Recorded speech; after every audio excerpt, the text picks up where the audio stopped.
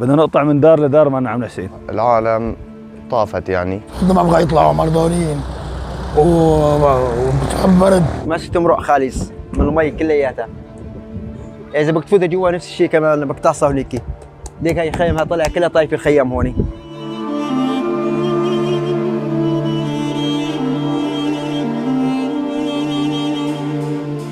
هذا وضعنا اللي صار مبارحة. العالم ما عاد تعرف وين بدها تروح، الأولاد العالم كلها غرقت، الأغراض ما ضل حدا عنده شيء تنام عليه. يعني هذا الوضع نشرح لكم، هذا وضعنا بالمخيمات. نحن طافت علينا مبارحة الدنيا كلها، ونتمنى من الجهات المعنية يساعدونا. اجوا الدفاع المدني والله طلبناهم، اجوا الله يكتر خيرهم، الله يجزيهم الخير، والله ساعدونا، حفروا ساعدونا، وهذا الوضع يعني.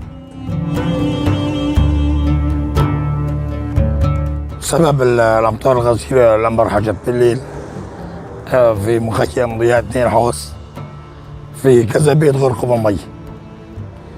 وشال الدفاع المدني، استعاروا الدفاع المدني، في الناس فيهم خير، وتم الحمد لله اجلاء الناس بخير وما في اضرار غير في البيوت والشوادر. والخيام غرقت في المي، يعني الاضرار ماديه تقريبا كلها اغلى. خيوليك هالمي شلون هيك ساوت فينا امبارح بهالليل. واجى الدفاع المدني سحبوا اجوره هنيك وردت هون كمان الدور طايفه. نحن هون امبارح جينا لقينا الاغراض كلها عم تسبح بالمي وما عرفنا شلون قضينا هالليله، حتى جت لعنا عالم قاموا راحوا ورجعوا امبارح بالليل، ما قدروا يضلوا عنا والله، والاغراض كلها عم تسبح بالمطبخ. ايه وحسبي الله ونعم الوكيل. اذا بيجي الدفاع المدني بس يسحبوا لنا هالمي خلينا نعرف نقطع من دار لدار يعني، بس نقدر نتحرك. ليك شلون هون بحر اذا بيوعى ولد بيفطس. تعرضنا لطوفان بسبب الصرف الصحي وبسبب الامطار الغزيره اللي صارت، ومنه هاي الاغراض يعني ونحن نايمين نطلع. الاطفال نيمناها في الجامع هي النسوان، يعني شوف لك كيف الاغراض كانت عم تزرب مي، واغلب المي ما كانت انه طاهره، ميه مجرور اللي طافت.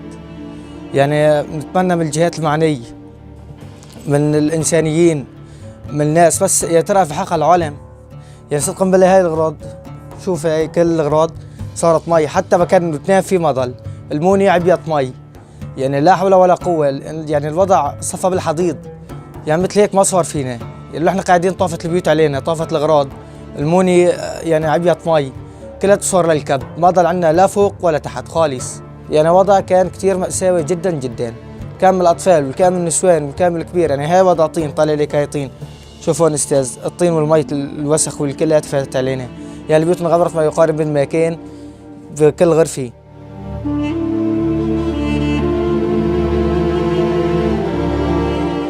كلها هاي محلات كلها تطلع كلها طايفة. خيم ماذا طلع كلها طايفة عندهم هوني. خيم هاي. ليك هون دكان زي مسماني هون. دكان سماني طايف هوني. ليك هون